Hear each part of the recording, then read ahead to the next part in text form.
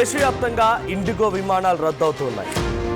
IndiGo విమానాల రద్దుపైన ఇప్పటికే డీజీసీఆర్ react అయింది. Directorate general of civil aviation అధికారులతో పాటుగా అటు కేంద్రం కూడా రియాక్ట్ అయింది. ఏకంగా 6వ రోజు, ఇది 6 రోజులు కావస్తోంది సమస్య మొదలై 6వ రోజు కూడా ఇంకా ఈ సంక్షోభం కొనసాగుతోంది. హైదరాబాద్లో సుమారుగా 115 ఇండిగో విమానాలు రద్దయ్యాయి. దీంట్లో శంషాబాద్ ఎయిర్పోర్ట్కి రావాల్సినటువంటి 54 విమానాలు ఉన్నాయి.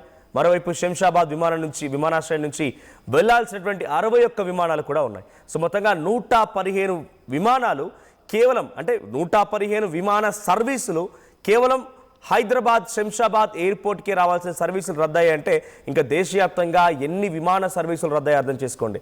ఇండిగో విమానయాన సంస్థ 441 విమానాలతో సుమారుగా ఒక రోజుకి 2200 విమాన సర్వీసెస్ని రన్ చేస్తూ ఉంటుంది. అంటే డెస్టినేషన్స్ని తీసుకురావడం, డ్రాప్ చేయడం అన్నీ కూడా యాక్టివిటీస్ జరుగుతూ ఉంటాయి. ఇదే క్రమంలో పెద్ద ఎత్తున ఇప్పుడు ఈ విమానాలు రద్దు కావడంతో ప్రయాణికులంతా ఉక్కిరిబిక్కిరవుతున్నారు. మన దేశంలో డొమెస్టిక్ వైడ్గా, అంటే విత్ ఇన్ ద కంట్రీలో ఒక స్టేట్ నుంచి ఇంకో స్టేట్కి వెళ్ళవలసినటువంటి ఆ ప్రయాణికుల్ని మార్చే క్రమంలో ఆ డెస్టినేషన్ని చేర్చే దాంట్లో 100%లో 60% మంది కూడా ఇండిగో సర్వీసెస్ని వాడుతూ ఉంటారట. ఇప్పుడు అలాంటిది ఇండిగో విమాన సర్వీసులకి ఒక్కసారిగా ఆటంకం తలెత్తడంతో ప్రయాణికులంతా కూడా విమానాశ్రయాల్లోనే వేచి ఉండాల్సిన పరిస్థితి వచ్చింది. కేవలం గంట 2 గంటలు కాదు, రోజుల తరబడి 2-3 రోజులు కావస్తోంది. కొంతమంది ప్రయాణికులు ఇంకా కూడా విమానాశ్రయాల్లో వెయిట్ చేస్తున్నారు.